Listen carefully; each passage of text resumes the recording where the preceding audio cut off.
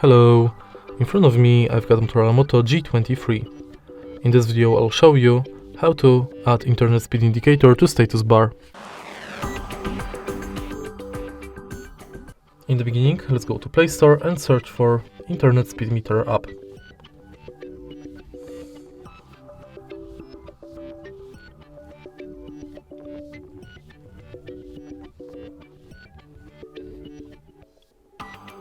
Install this app.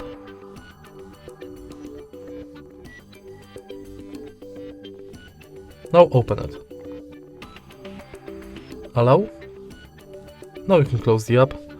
Wait a few seconds and internet speed indicator should be added to the status bar in your smartphone. If you find this video helpful, please leave like, comment and subscribe.